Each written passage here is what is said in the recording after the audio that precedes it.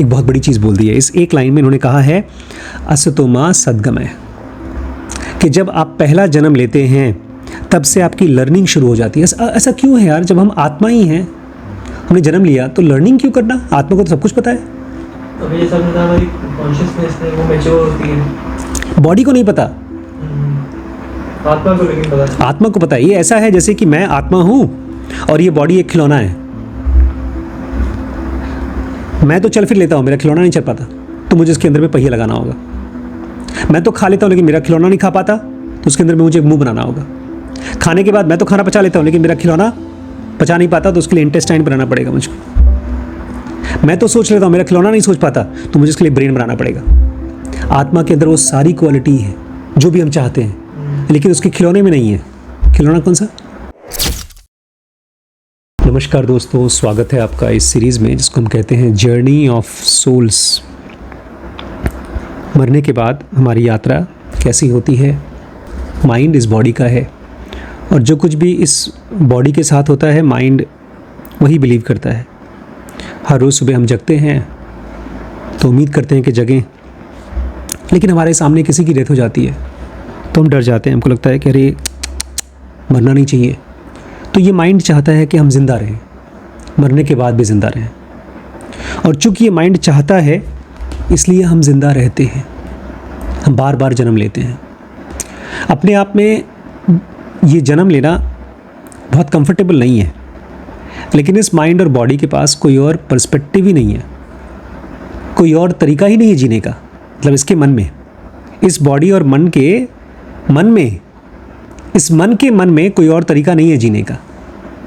इसको लगता है बस बॉडी ही है, और ज़िंदगी जीने का मतलब है खाना खाना, परिवार बनाना, सेक्स करना, अमीर बनना, बहुत अमीर बनना, लोगों के ऊपर राज करना। और जब ये सब चीज़ सोचता है ना, तो भूल जाता है कि जब हम दूसरों पे राज करेंगे तो जिसके ऊपर हम राज कर रहे हैं वो असल में वो हमारे ऊपर राज कर रहे हैं। बहुत अच्छी कहानी ओशो सुनाया करते थे। एक थे डायोजनीज़, नाम सुना है? डायोजनीज़ माना जाता है सिकंदर का गुरु, ऐसा माना जाता है।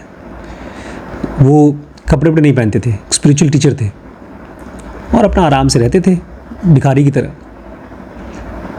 उस ज़माने में लोग गुलाम बेचा और ख़रीदा करते थे। तो कुछ लोगों को दिखाई दिया, अरे डायोजनीज़ हट्टा कट्टा आदमी है, उसको गुलाम बनाकर बेच देते हैं, पैसा मिलता था। क्योंकि उस समय ट्रेंड था भाई, कोई भी किसी को पकड़ के बेच दे। तो उन्होंने पकड़ लिया उसको, हाथ में रस्सी बांध के ले जाने लगे। अकेले थे, वो कुछ कर नहीं पाए। तो कुछ देर बाद वो बोलते हैं, मेरा हाथ में रस्सी बांध रखा है, चोट लग रही है, छोड़ दो, मैं भागूंगा नहीं। तो उनको लगा हाँ भागेगा भी तो पकड़ लेंगे, तो उसका रस्सी छोड़ दिया। तो वो थोड़ा ज़ोर से चलने लगा। तो ये जो चारों थे जिन्होंने पकड़ा था वो भी उसकी तरफ ज़ोर से चलने लगे। वो जहाँ मुड़ता है ये भी मुड़ते कि कहीं भाग न जाए। तो ओशो बोलते हैं, कौन किससे बंधा है? वो इन चारों से बंधा है कि ये चारों उससे बंधे हैं? हमारा माइंड इन पांचों इंद्रियों से, इस बॉडी से बंधा हुआ है, इसलिए बेचारा सोच भी नहीं पाता। हम भूल जाते हैं कि रात को 8 घंटे हम कुछ खाते पीते नहीं हैं, और सपने की दुनिया में जीते हैं, अनुभव करते हैं दुनिया को। उसी को सूक्ष्म शरीर कहा गया है। अगर किसी दिन हमें ये भरोसा हो जाए कि वो भी एक शरीर है, हमारा सूक्ष्म शरीर है, तो उसको और एक्टिव करना, उसको चलाना, उसके ऊपर काम करेंगे हम। और वही दरवाज़ा है मरने के बाद की दुनिया का। जब हम मर जाते हैं तो फिजिकल बॉडी यहाँ पर डिसॉल्व हो जाती है। एक चीज़ है आत्मन, जिसको कृष्ण आत्म कहते हैं, वो तो छोड़ दीजिए, वो तो मन के परे है, वो तो सुप्रीम है। लेकिन बीच में है सूक्ष्म शरीर, उसका कंट्रोल आना बहुत ज़रूरी है। और वो अपने आप में पूरा का पूरा सिस्टम है। जैसे एक बच्चा जब पैदा होता है, उसको पता नहीं है, फिर भी छोटा सा होता है, उसकी बॉडी के अंदर में ब्रेन, हाथ, न्यूरॉन्स, ये सब बनता है। कल ही पढ़ा था कि अगर आप अपना REM स्लीप नहीं लेते हैं कायदे से, तो नहीं डेवलप होगा। माँ के गर्भ में अगर REM स्लीप नहीं लेगा तो उसका बच्चे का ब्रेन डेवलप नहीं होगा। लेकिन बच्चे को नहीं पता होता ये सब चीज़। बच्चे अपने आप से नहीं करता है कि मैं अपने हाथ से अपना ब्रेन बना रहा हूँ, हाथ बना रहा हूँ, पैर दबा रहा हूँ, सब अपने आप होता है। फिर धीमे धीमे वो बच्चा कॉन्शियस हो जाता है। कौन सी उम्र में होता है?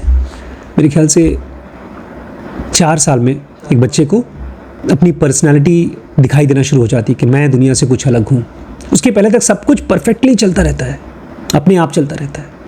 ऐसे ही सब कुछ परफेक्टली चलता है मरने के बाद भी।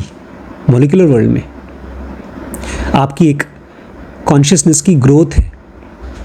जब मैंने पहली बार गीता को पढ़ा था, मुझे याद है, मैं फूलपुर में था। फूलपुर मतलब बहुत पुरानी कहानी। हम लोग इलाहाबाद आ गए थे 1984 में, तो उसके पहले 83 में या 84 में मैंने गीता घर में पढ़ी थी। पापा रोज़ पढ़ा करते थे। उसका एक श्लोक पढ़ा। श्लोक तो समझ में नहीं आया, संस्कृत में था। हिंदी में उसमें लिखा था कि एक योगी ऐसे बैठता है सीधे, रीढ़ की हड्डी सीधे कर लेता है, न ज़मीन पे बैठता है न हवा में बैठता है। तो मुझे लगा चलो मैं भी अपने आप को एक योगी बना के देखता हूँ, और ऐसे आंख बंद करके अपने आप को दोनों भावों के बीच में ध्यान करने की कोशिश करता है। और जब यहाँ से अपनी प्राणों को निकालता है तो परम धाम को पहुँच जाता है। तो मैंने कहा मैं मरना वरना नहीं है, लेकिन ध्यान करके देखता हूँ। तो मैंने कुल मिला के 30 या 35 सेकंड तक ध्यान किया होगा, कुछ हुआ नहीं उससे। लेकिन मुझे उसकी मेमोरी है कि मैंने वो पढ़ा था। जब आपको याद आप बैठे थे, मैं बैठा कहाँ था वो भी याद है। याद दिख क्या रहा था? जैसे चाचा जी का घर है, तो उस घर में एक तरफ किचन है, एक तरफ ड्राइंग रूम है, एक तरफ बेडरूम है, एक तरफ बेडरूम है। बीच में एक एरिया है जहाँ पर लोग बैठ के सब्जी काटते थे। तो वहाँ पर एक तखत टाइप का था, हम लोग वहीं बैठा करते थे, खेलते थे। उसी में कूलर लगा हुआ था पीछे। उसी के पीछे जाओ तो पीछे भी काफ़ी एरिया था, वहाँ कपड़े धुलते थे। तो ये बीच के एरिया में बैठा हुआ था। अरे वाह। अच्छा, लेकिन क्यों वो थॉट आया मुझे किताब पढ़ने का पता नहीं। ज़रूर प्रारब्ध रहा होगा। प्रारब्ध मतलब जो मैंने पिछले जन्मों में काम किया है। फिर अचानक से जब ज़ेनोगा आई, उसके पहले मैं ओशो को बहुत पढ़ता था। जब ज़ेनोगा आई तो मेरे कॉन्शियसनेस में एक ऐसा बदलाव आया जैसे एक पेड़ में एक छोटा सा फल, कच्चा फल पक जाता है। पता है जब फल पकता है तो क्या होता है? क्यों पकता है? वो पेड़ से अलग होता है, पेड़ से अलग हो जाता है पका हुआ फल। क्यों?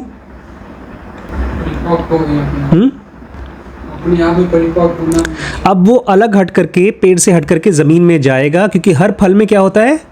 बीज, और उस बीज से वो खुद पेड़ बनेगा। तो मेरा वो टाइम था जब ज़ेनोगा पढ़ा मैंने कि मैं अलग हो गया सामाजिक पारिवारिक डिपेंडेंसी से। मेरी समझ उसके पहले क्या थी? जो पापा मम्मी कहते हैं, जो मेरे सीनियर्स कहते हैं, जो भी मेरे आसपास के लोग कहते हैं, वो ही मैं फॉलो करने की कोशिश करता था।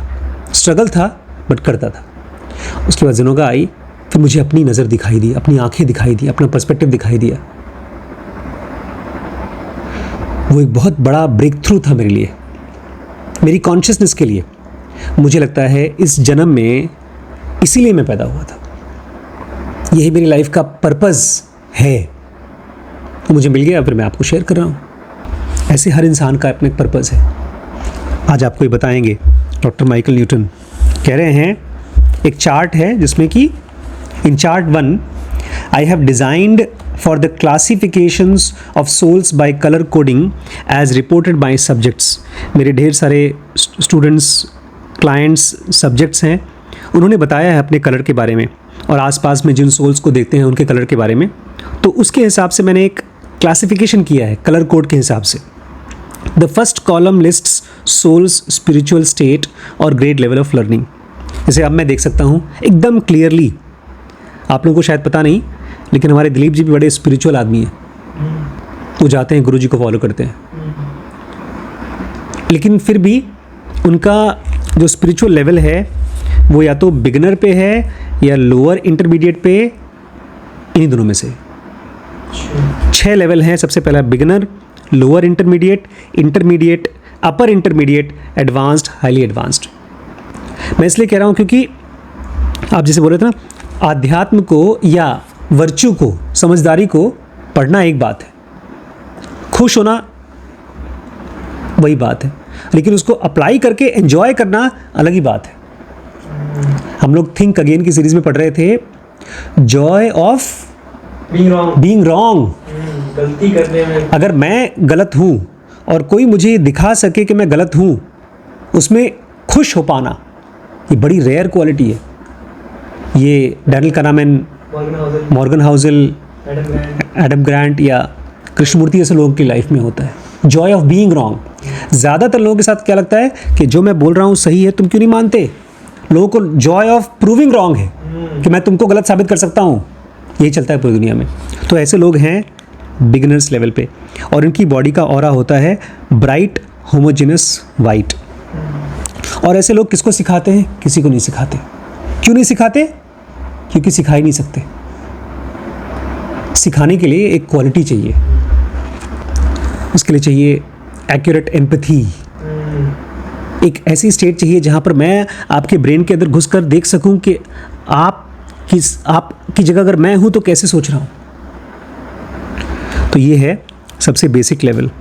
आप लोग उससे बहुत थोड़ा सा आगे बढ़ चुके हैं। और आखिरी कॉलम में बताया है कि आप किसी को गाइड करेंगे या नहीं करेंगे। आपकी कैपेसिटी में लोगों का गुरु बनना लिखा है कि नहीं लिखा है। एक बार रमन महर्षि को किसी ने पूछा था, बहुत अच्छा सवाल पूछा था कि आप तो स्पिरिचुअल टीचर हैं, क्या मैं भी स्पिरिचुअल टीचर बन सकता हूँ? तो क्या आंसर दिया होगा, गेस करिए। उन्होंने कहा अगर तुम्हारी किस्मत में होगा तो तुम बन सकते हो।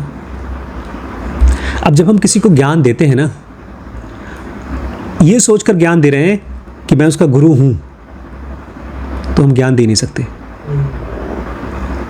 ज्ञान तब ट्रांसफर होता है जब सामने वाले की चेतना वहां तक पहुंच जाती है जहां पर ये ज्ञान ट्रांसफर हो सकता है। उसमें मेरा क्या रोल है? कुछ नहीं। तो एक गुरु तब किसी को सिखा सकता है जब वो खुद को कुछ नहीं महसूस कर सके। जब तक मैं गुरु महसूस करूंगा, इसलिए गाइड फिल्म में दिखाते हैं कि वो एंड तक गुरु नहीं था किसी का। उसको ये फीलिंग आती थी कि अरे यार, मैं तो एक सिंपल सा गाइड था, मैं तो कुछ नहीं था, और तुम लोग मेरी कहानी सुन करके मेरे पीछे पड़ गए। बट ऐसा ही आदमी गुरु बन सकता है जो अपने आप को कुछ नहीं समझता है। और वहीं पर दो पंडित थे गांव के, बड़े ज्ञानी, खूब संस्कृत के श्लोक वर्णन कर लेते थे, व्याख्या कर लेते थे। ऐसा आदमी चाहे संस्कृत के श्लोक, चाहे अंग्रेजी की बातें, चाहे कोई और चीज़, बड़ी बड़ी बातें कर ले, वो गुरु नहीं बन सकता। तो ऑथर कहते हैं, इसके बारे में हम लोग आगे के चैप्टर में पढ़ेंगे कि कौन कौन गुरु बन सकता है और क्यों बन सकता है मरने के बाद भी। Learning begins with our creation as a soul and then accelerates with the first physical life assignment. एक बहुत बड़ी चीज़ बोल दी है इस एक लाइन में। इन्होंने कहा है असतो मा सद्गमय, कि जब आप पहला जन्म लेते हैं तब से आपकी लर्निंग शुरू हो जाती है। ऐसा क्यों है यार? जब हम आत्मा ही हैं, हमने जन्म लिया, तो लर्निंग क्यों करना? आत्मा को तो सब कुछ पता है। अभी जैसा बताया, हमारी कॉन्शियसनेस है वो मैच्योर होती है। बॉडी को नहीं पता, आत्मा को लेकिन पता है। आत्मा को पता है। ये ऐसा है जैसे कि मैं आत्मा हूँ और ये बॉडी एक खिलौना है। मैं तो चल फिर लेता हूँ, मेरा खिलौना नहीं चल पाता, तो मुझे इसके अंदर में पहिया लगाना होगा। मैं तो खा लेता हूँ लेकिन मेरा खिलौना नहीं खा पाता, तो उसके अंदर में मुझे एक मुंह बनाना होगा। खाने के बाद मैं तो खाना पचा लेता हूँ लेकिन मेरा खिलौना पचा नहीं पाता, तो उसके लिए इंटेस्टाइन बनाना पड़ेगा मुझको। मैं तो सोच लेता हूँ, मेरा खिलौना नहीं सोच पाता, तो मुझे इसके लिए ब्रेन बनाना पड़ेगा। आत्मा के अंदर वो सारी क्वालिटी है जो भी हम चाहते हैं, लेकिन उसके खिलौने में नहीं है। खिलौना कौन सा? बॉडी, और इसी बॉडी का सॉफ्टवेयर माइंड। तो जैसे ही आप पैदा होते हैं, फर्स्ट जन्म से ही learning begins with our creation as a soul. जैसे ही हम यहाँ पर धरती पे आते हैं, हमारी लर्निंग शुरू हो जाती है, और उसके बाद देन एक्सेलरेट्स, मतलब फिर वो लर्निंग तेज होने लगती है विथ फिजिकल लाइफ असाइनमेंट। हमको काम मिलता है एक तरह से। उस दुनिया में हम पढ़ते हैं, इस दुनिया में आके प्रैक्टिकल करते हैं। वहाँ हमको गुरुजी सिखाते हैं दया, प्यार, करुणा, ठीक है, अब करके दिखाओ।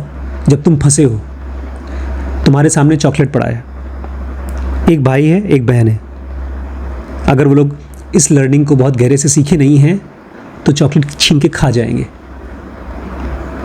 ज़िंदगी भर यही करेंगे, प्रैक्टिकल में फेल हो गए, फिर जाएंगे, फिर सीखेंगे, फिर प्रैक्टिकल करना पड़ेगा। तो उस तरीके से देखा जाए तो ये दुनिया क्या है, प्रैक्टिकल, वो दुनिया क्या है, थियरी। जैसे स्कूल में हम पढ़ते लिखते हैं, बड़ा स्लो लर्निंग होती है, एक कदम आगे जाते हैं, 2 कदम पीछे आते हैं। कैसे? स्कूल में मान लीजिए आपने तैयारी की, मैथ्स पढ़ रहे हैं आप, इम्तिहान दिया, टॉपिक था अलजेब्रा, 10 चैप्टर थे, 2 की तैयारी की, एग्ज़ाम में फ़ेल हो गए, तो लगेगा ये 2 का भी फ़ायदा है, फ़ायदा नहीं, छोड़ो यार, छोड़ दिया पढ़ना। फिर 2 साल बाद लगा नहीं यार मैथ्स तो पढ़ना पड़ेगा, हिसाब किताब के लिए चाहिए होगा, फिर से मैथ्स पढ़ते हैं। कह रहे हैं विथ ईच इनकारनेशन, हर जन्म के साथ वी ग्रो इन अंडरस्टैंडिंग, हम अपनी समझ में ग्रो करते हैं। और कभी कभी ऐसा होता है कि we slip back in certain lives and regain footing and advance again. कुछ दिन पहले, कुछ साल पहले, एक बहुत सीनियर डॉक्टर यहाँ पर, उनसे मेरी बात हो रही थी, तो यही लाइफ के बारे में बात हो रही थी, जन्म के बारे में, बार बार जन्म के बारे में। तो मैंने उनसे कहा कि ऐसा होता है मैम कि हम लोग किसी जन्म में किसान होते हैं, किसी जन्म में वकील होते हैं, किसी जन्म में हम प्राइम मिनिस्टर होते हैं, और किसी जन्म में हम प्रोस्टिट्यूट होते हैं, अलग अलग काम होता है हमारा। तो उनका ये मानना था, बोलते लेकिन ऐसा नहीं होता आशीष कि एक आदमी अगर किसान से डॉक्टर या कोई अच्छा प्रोफेशन का बन गया तो वापस किसी पुराने वाले में, छोटे वाले में चला जाए। मैंने कहा मतलब? बोलती हैं अगर कोई आदमी डॉक्टर के तरीके से बन गया, पैदा हुआ है, तो वापस वो प्रोस्टिट्यूट नहीं बनेगा। मैंने कहा इसकी गारंटी कहाँ से जाएगी? बोलती है ऐसा मैं मान ही नहीं सकती, वो खुद डॉक्टर है। तो ये चाहती नहीं है कि ऐसा हो, लेकिन हो सकता है। जैसे मान लीजिए मैं डॉक्टर और मैं किसी का रेप करता हूँ, 6-7 लोगों का रेप कर दिया मैंने और मर्डर कर दिया, तो भाई वेरी ट्रू। तो आपके डॉक्टर की वजह से आप पीछे नहीं जाएंगे, आपकी हरकतों की वजह से आप पीछे जाएंगे। आपने किसी के साथ चोरी किया, इसके जिनोगा में कहते हैं ना इंटेंशंस मैटर। आप किसी को हेल्प करने के दिमाग से जा रहे हैं तो आपका कॉन्शियसनेस आगे बढ़ेगा, लेकिन अगर किसी को नुकसान करने के पर्पस से जा रहे हैं तो आप भले ही बहुत बड़े साधु हों फिर भी वापस आ जाएंगे। तो कह रहे हैं कभी कभी आप आगे बढ़ते हैं, कभी कभी स्लिप बैक करते हैं बिफोर रीगेनिंग आवर फुटिंग। ज्ञान में हमें अपनी फुटिंग चाहिए। फुटिंग मतलब पैर गड़ाना है, जड़ फंसाना हो सकता है मुझे पढ़ करके या किसी को देख करके लगा नहीं ईमानदारी होनी चाहिए, फिर कुछ दिन बाद जब मौका मिला बेईमानी करने का तो बेईमान हो गए। इसका मतलब ईमानदारी में अभी तक फुटिंग नहीं जमा हुई है मेरी। ऑथर कहते हैं लेकिन मैंने देखा है अपने इंटरव्यूज़ से लोगों को पास में ले जा करके, एक बार कोई आदमी का एक स्पिरिचुअल लेवल पहुंच गया फिर वापस आना बहुत मुश्किल है। इस फिगर में ऑथर कहते हैं मैं 6 लेवल्स के सोल्स दिखा रहा हूँ। बोलते मोटे मोटे में तो 3 ही टाइप के होते हैं लोग, बिगिनर, इंटरमीडिएट, एडवांस। जो शुरुआत कर रहा है वो बेचारा कभी ज्ञान में फंसता है, कभी ज्ञान में नहीं फंसता, कभी अच्छाई करता है, कभी भूल कर देता है। इंटरमीडिएट जो एकदम पूरी कोशिश कर रहा है कि मैं अच्छा करूँगा और उस कोशिश में आगे बढ़ भी रहा है, लेकिन कोशिश करना पड़ रहा है। और फिर एडवांस, इसको कोई कोशिश नहीं करनी पड़ती। लेकिन इसके बीच में भी कहते हैं कुछ 2 सटल लेवल भी हैं, lower intermediate and upper intermediate. ये 2 पॉइंट और हैं। आजकल इंटरनेट पे, ये पहले डिस्कस नहीं होता था, आजकल इंटरनेट पे बहुत होता है। हमारे ज़माने में नहीं होता था ये बात, हमारे ज़माने में इंटरनेट पे डिस्कस नहीं होती थी। पता है क्यों? क्या बात? सेक्स गलत है, मास्टरबेशन गलत है, आदमी को ब्रह्मचर्य का प्रैक्टिस करना चाहिए। अब तो एक नया वर्ड आया है नो फैप, जो पिछले कुछ सालों से 4-5 सालों से मैंने सुनना शुरू किया। हमारे ज़माने में इसके बारे में बात ही नहीं होती थी इंटरनेट पे। पता है क्यों? करते थे, इंटरनेट नहीं था। आपस में करते होंगे बात। जब 2 लोग बात करते थे ना, मैं अपने दोस्तों से बात करता था, तो कभी भी हम लोग ये नहीं बोलते थे कि ये खराब है या सही है। खराब है तो छुप छुप के करो, सबको पता है खराब है, लेकिन छुप छुप के करो। सीधे मुंह कोई बात नहीं करता था, बहुत कम लोग करते थे। अगर 2 फ्रेंड्स हैं जो दोनों सेक्सुअली परेशान हैं, मास्टरबेशन से परेशान हैं, वो कभी ओपनली डिस्कस नहीं करते थे कि इसको कैसे ओवरकम किया जाए, ब्रह्मचर्य की प्रैक्टिस कैसे किया जाए। प्लस एक चीज़ और थी, चूँकि उस ज़माने में फ्री पॉर्न अवेलेबल नहीं था, इसलिए बहुत कम पॉर्न अवेलेबल था, मौके भी बहुत कम थे। एक परिवार में अगर आपके घर में टीवी है, वीसीआर है, उसको देखने का टाइम भी जब 6 महीने में एक बार आपका परिवार बाहर जाएगा तब आप देख पाएंगे, तो उसमें भी डरते डरते करना पड़ता था। तो और मास्टरबेशन या पॉर्न का जो एडिक्शन है, या किसी भी तरह का एडिक्शन डेवलप होता है उस काम को करने से, उस काम की अवेलेबिलिटी से। अब उसकी अवेलेबिलिटी बढ़ गई है। बट एक चीज़ जो आपको बदल सकती है, आपके कॉन्शियसनेस लेवल को बदल सकती है, वो ये है, क्योंकि ये बेसिक प्रॉब्लम है कोई भी आदमी जब अपने आप को स्पिरिचुअलिटी में आगे बढ़ा रहा है, उसकी स्ट्रगल है कि मैं कैसे सेक्सुअलिटी से, मास्टरबेशन से फ्री हूँ। ये उसका स्ट्रगल है। पता है कैसे हो सकता है? आपका रिस्पॉन्स। जितना आप, एक आदमी होता है बिगिनर जो खुल करके मास्टरबेशन का एंजॉयमेंट करता है, उसका रिस्पॉन्स क्या है? बस एंजॉय करो।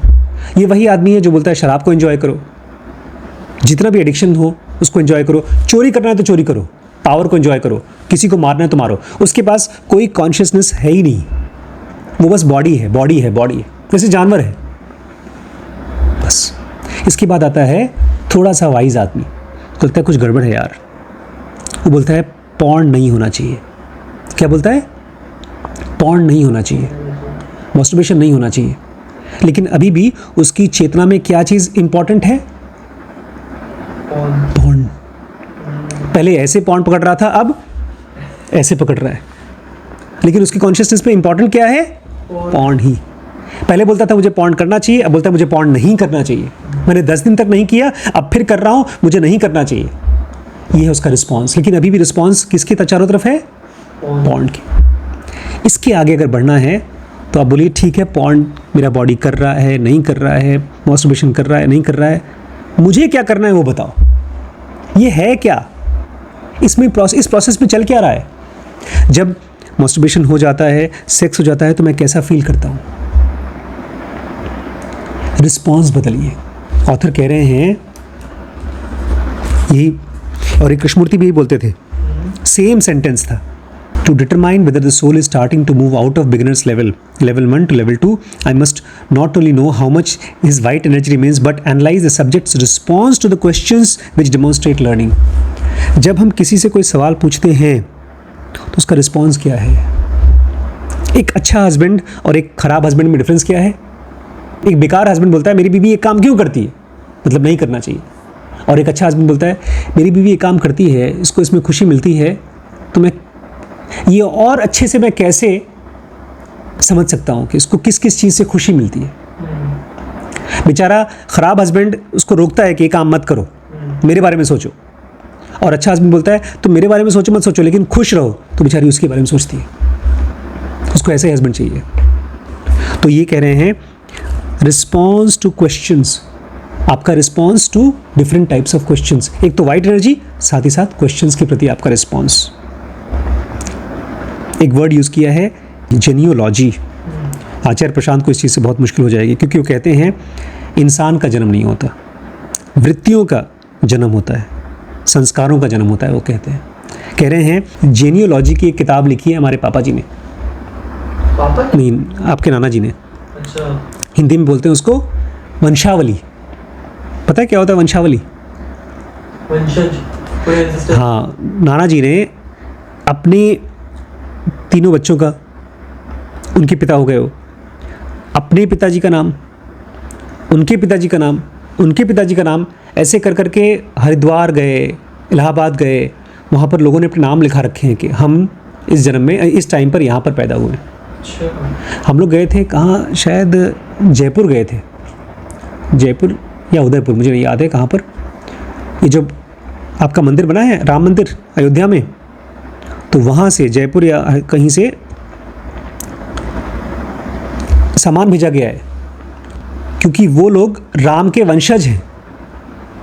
राम के बच्चों का नाम लव एंड कुश, फिर लव कुश के बच्चे, फिर उनके बच्चे, फिर उनके बच्चे, वो लोग ये यहाँ के जो राजा महाराजा हैं। तो ये है वंशावली। लेकिन यहाँ पर बॉडी की वंशावली नहीं बन रही है, यहाँ पर बन रही है वंशावली ऑफ पास्ट लाइफ सक्सेसेस। पिछले जन्म में तुम किस किस चीज़ में सक्सेसफुल हुए, तुम्हारी क्या क्या फ्यूचर की एक्सपेक्टेशन थी, जब तुम पैदा होगे तो क्या क्या करोगे, तुम्हारे ग्रुप्स, किस ग्रुप में तुम पैदा हुए हो। जैसे पक्का है कि आप पिछले जन्म में भी हमारे साथ कनेक्टेड थे, आप भी कनेक्टेड थे, इसलिए ग्रुप में हम यहाँ पर हैं। कन्वर्सेशन बिटवीन माई सब्जेक्ट्स, मेरे जो सब्जेक्ट्स हैं उनका आपस में कन्वर्सेशन और उनके गाइड के साथ उनकी बातचीत, ये सब का सब बनाता है प्रोफाइल ऑफ ग्रोथ। सरिता ने इस चीज़ को डिसाइड किया था कि मेरे बच्चे भैया के पास जाएंगे जब वो जवान हो जाएंगे। आपने डिसाइड किया था कि मैं इस घर में ऐसे पैदा होऊंगा और वहाँ इस टाइम तक रहूँगा, फिर यहाँ आ जाऊँगा। ये सब आपका इस जन्म का प्लस पिछले जन्म का इन सब से बनता है आपका प्रोफाइल फॉर ग्रोथ, कि इस तरह से आप आगे बढ़ोगे। इसी को गाइड फिल्म में बोलते हैं ज्ञान के रास्ते टेढ़े मेढ़े। ज्ञान में एक और बड़ी खास चीज़ है, जब तक आप कोई ऐसी चीज़ करते हैं जो आपसे कोई और करा रहा है, तब तक वो ज्ञान नहीं देता। मान लीजिए मैं डॉक्टर बन गया, लेकिन डॉक्टर बनने के लिए मुझे किसने पुश किया? पापा जी ने। तो मैं बोलूँगा यार मुझे डॉक्टर बनना नहीं था, पापा ने किया। तो उस मेडिकल लाइन से जो मुझे मैक्सिमम ज्ञान मिल सकता था वो नहीं मिल पाएगा। लेकिन वहीं पर मैं एक स्पिरिचुअल टीचर बना, और किसने बनाया मुझे? किसी ने बनाया, तो मैं इसमें ज़्यादा सीख पाऊँगा। अब एक और कहानी सुनिए। एक लड़का था, वो एक्चुअली स्पिरिचुअल टीचर था, लेकिन उसके पापा चाहते भी थे कि और अच्छा स्पिरिचुअल टीचर बने, लेकिन वो बन गया जियोलॉजिस्ट, डार्विन। वो चर्च का फादरी की उसकी ट्रेनिंग हुई थी कि चर्च में स्पिरिचुअल ज्ञान देगा, लेकिन उसका बड़ा मन था कि मैं दुनिया घूमूं और कीड़े मकोड़ों को पढ़ूं, जानवरों को पढ़ूं। तो बन गया बायोलॉजिस्ट, क्योंकि उसको अपनी खोज थी, अपनी चॉइस थी। ये जब हम किसी चीज़ को चूज़ करते हैं, सेक्स करने को या सेक्स ना करने को, जब हम चूज़ करते हैं तब वो हमको ले जाता है हमारे पास, सेल्फ के पास। जब तक इस मन में ये बात रहती है कि उन्होंने मुझसे कराया है, तब तक ये माइंड जूझता रहता है, लड़ता रहता है उन्हीं के साथ। इसलिए जेके रोलिंग जो हैरी पॉटर की ऑथर हैं, वो बोलती हैं there has to be an expiry date of blaming our parents.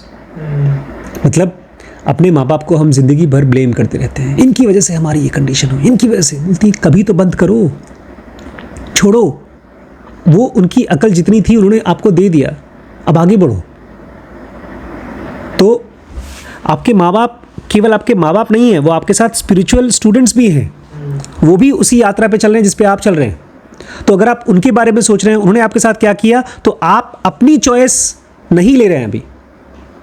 बहुत साल तक मुझे लगता रहा मुझे स्कूल खोलना है, मुझे स्कूल खोलना है, मुझे स्कूल खोलना है, तो मैं खोल क्यों नहीं रहा हूँ? 2 बच्चों के साथ पढ़ाना शुरू कर दूँ?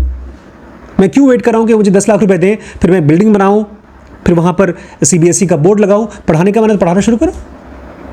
जब तक मैं उनके बारे में सोचता रहा तब तक मैंने स्कूल नहीं खोला, खुला ही नहीं मेरा स्कूल। तो चॉइस आपको स्पिरिचुअली फास्ट ग्रो करता है। तब आपको पहली बार सेल्फ लर्निंग होती है, खुद से लर्निंग होती है। और किसकी लर्निंग होती है? सेल्फ की लर्निंग होती है।